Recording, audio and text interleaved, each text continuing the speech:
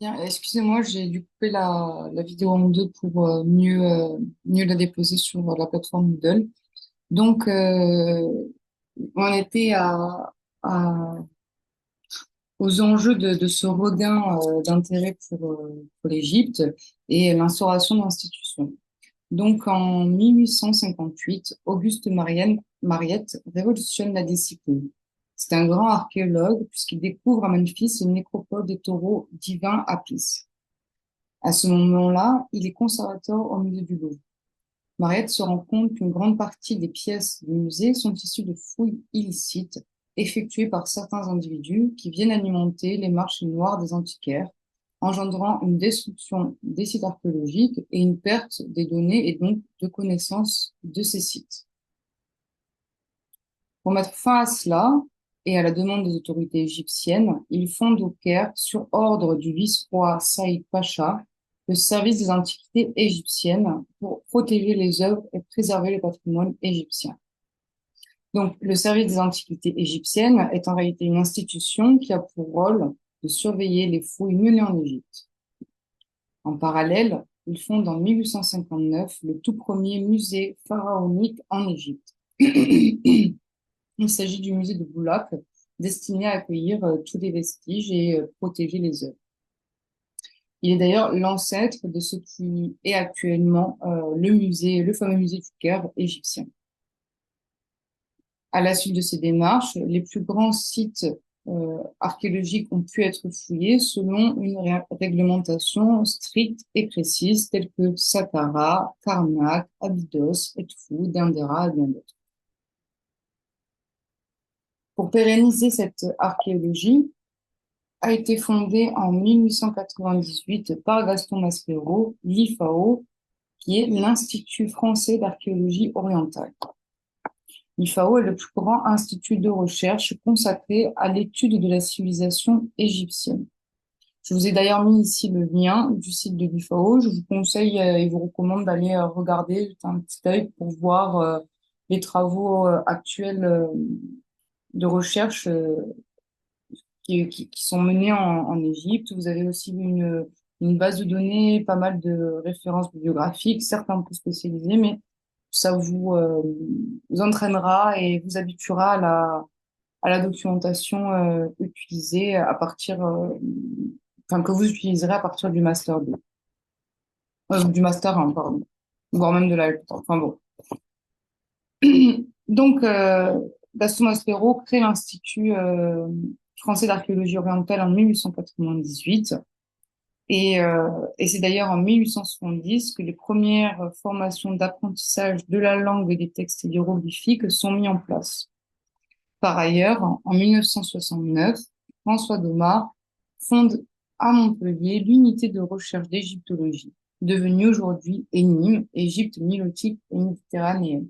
Donc pareil, ici, je vous ai mis le lien d'accès pour consulter le site d'ENIM, qui vous permettra de voir les chercheurs, les égyptologues en place ici à Montpellier, certains que vous avez d'ailleurs en tant que professeur actuellement, mais d'autres que vous ne connaissez pas et que vous aurez en cours dans les prochaines années. Vous pourrez aussi également voir les axes de recherche actuels de l'égyptologie à Montpellier et à nouveau quelques références biographiques et un petit peu d'histoire par rapport à François Domas et le don de ces nombreux livres portés sur l'égyptologie qu'il a effectués au sein de la bibliothèque d'égyptologie de Montpellier. Donc, j'ai décidé de vous présenter quelques notions fondamentales de l'égyptologie qui vous permettront de mieux comprendre les prochains cours, en commençant par le cadre géographique. Alors, pour comprendre la civilisation égyptienne, il faut comprendre son environnement. L'environnement, le climat ainsi que la faune et la flore de l'Égypte ont connu de nombreux changements et ne sont pas les mêmes que ceux de l'Antiquité. Tout d'abord, l'Égypte. Où se situe l'Égypte? L'Égypte se situe à l'extrémité nord-est. Elle est bordée de part et d'autre par la mer Méditerranée et la mer Rouge. Au sud, la Méditerranée et la mer Rouge. Au sud, nous retrouvons le Soudan et à l'ouest, la Libye. Elle est traversée par le courant du Nil qui s'écoule du sud vers le nord. Voilà pourquoi on appelle le sud la Haute-Égypte et le nord la Basse-Égypte. C'est aux marges du Nil que sont construites les villes qui elles-mêmes sont de part et d'autre délimitées par les déserts. Donc à l'ouest, on retrouve un désert de sable, le désert libyque, et à l'est, nous retrouvons un désert montagneux, le désert oriental. On parle aussi de désert arabique. Se trouve également la péninsule du Sinaï, ici, qui contient de nombreux vestiges de temples et de carrières datant de l'époque pharaonique. L'environnement de l'époque a radicalement changé, puisque dans l'Antiquité, le désert libyque était autrefois une savane. Il existe encore actuellement plusieurs oasis avec une végétation dense, telles que les oasis de Farafra, Dakhla, Karga et Siwa. Un énorme contraste est présent entre le Nil, la vallée du Nil. Donc, la vallée du Nil, la vallée du Nil, pardon. C'est la zone sur laquelle se développe la végétation grâce au limon du Nil qui est déposé lors de ces crues. On verra ça juste après. Donc, un énorme contraste est présent entre le Nil, la vallée du Nil et le désert. À l'ouest, aux marges du plateau désertique, se trouvent les nécropoles, toujours à l'ouest. Au nord, donc en Basse-Égypte, vous retrouvez dans la région de Memphis, la célèbre nécropole de Saqqara. Au sud, en Haute-Égypte, se trouve la nécropole thébaine avec notamment la vallée des rois, la vallée des reines, Der el-Médine, qui est le village et la nécropole aussi des artisans.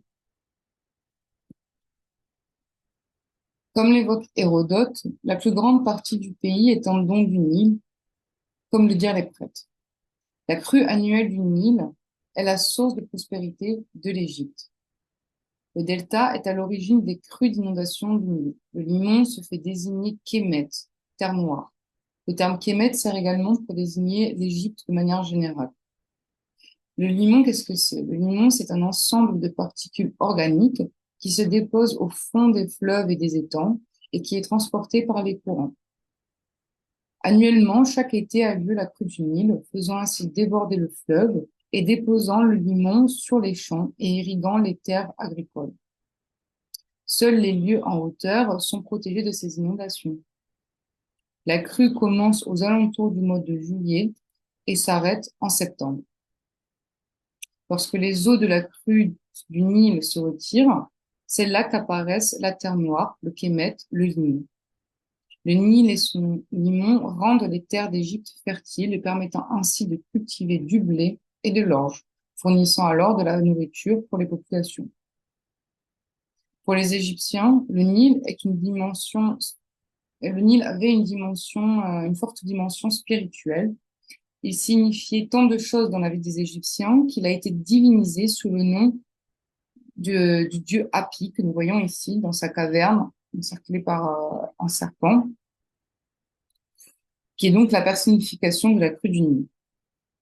Le dieu Hapi avait le pouvoir de contrôler la crue du Nil tout autant que le pharaon.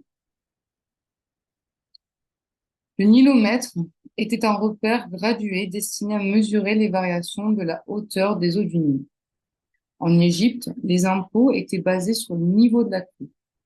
C'est-à-dire que, à l'Ancien Empire, par exemple, à la période des pyramides, cette période s'achève lors d'une faible crue du Nil, ce qui signifie peu de limons et donc peu de récoltes et donc une crise, une famine qui va donner lieu ensuite à ce qu'on appelle la première période intermédiaire, mais nous verrons ça dans le prochain cours.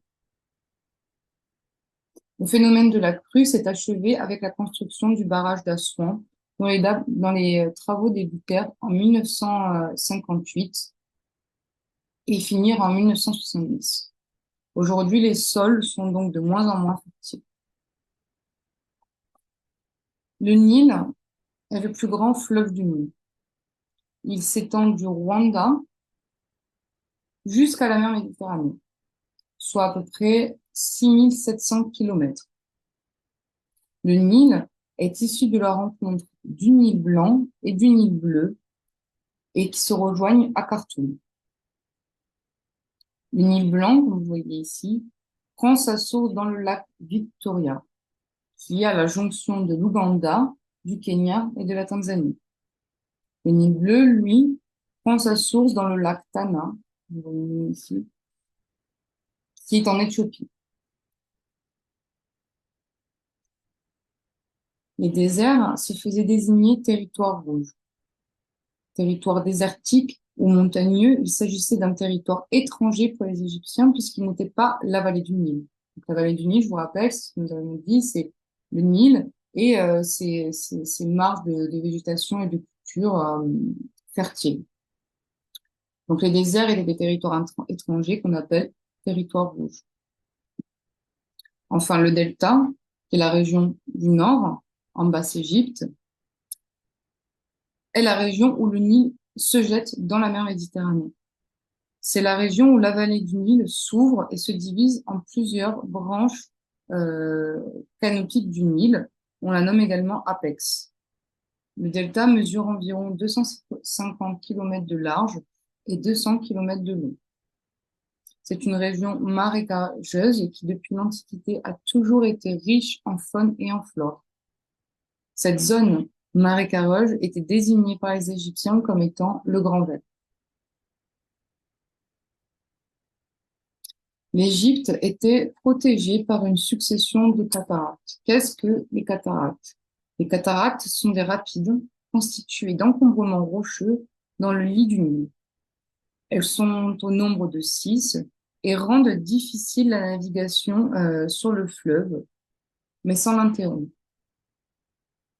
Pour franchir ces cataractes, il fallait alors démonter les bateaux, poursuivre et remonter à pied la cataracte. Ces cataractes constituent pour les Égyptiens une sorte de rempart de protection contre les peuples étrangers de la Nubie. Donc la première cataracte se trouve ici, au niveau d'Assouan, à la limite de la frontière entre l'Égypte et ce qu'on appelle la Nubie, enfin ce qu'on appelait la Nubie, mais qui correspond actuellement au Soudan. La deuxième cataracte se trouvait en Nubie, mais toujours actuellement au Soudan, et est située au niveau du Wadi Halfa. La troisième cataracte se nomme Kerma. La quatrième se trouve ici au niveau du barrage de Méroé. Et la cinquième se trouve au niveau des villes d'Abu Hamad. Et enfin, la sixième est à quelques kilomètres de la capitale du Soudan, Khartoum. Les cataractes au sud, donc en Haute-Égypte, et les territoires marécageux du delta au nord, donc en Basse-Égypte, constituent des frontières naturelles avec les peuples voisins étrangers. Les Égyptiens avaient coutume de représenter les étrangers dans leurs tombes et dans les temples, de façon très atypique. On retrouve ainsi des représentations de Nubiens, de Libyens, des peuples également asiatiques, d'une couleur de peau très foncée et possédant des vêtements et des attributs particuliers, permettant de les différencier nettement des autres peuples égyptiens, enfin du peuple égyptien. Enfin, il faut savoir que les Égyptiens considèrent, vous l'aurez compris, l'Égypte comme deux territoires réunis, c'est-à-dire le territoire de la Basse-Égypte, j'insiste, au nord, et le territoire de la Haute-Égypte au sud. Le pharaon était donc roi de la Haute-Égypte et de la Basse-Égypte. Il porte d'ailleurs l'épithète de pharaon des deux terres.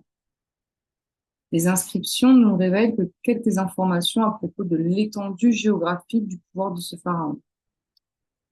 Ainsi, on retrouve inscrit la formule suivante: que Dieu te donne le sud jusqu'à la limite du vent, le nord jusqu'à la limite le nord jusqu'à la mer, l'est jusqu'au lieu où le soleil se lève et l'ouest le lieu où le soleil se couche.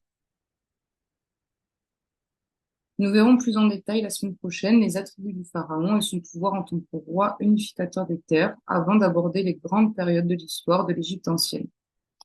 Merci à tous. C'était assez dense comme information. Je vous souhaite bon courage. N'hésitez surtout pas à me contacter si vous avez quelconque question ou incompréhension. À la semaine prochaine.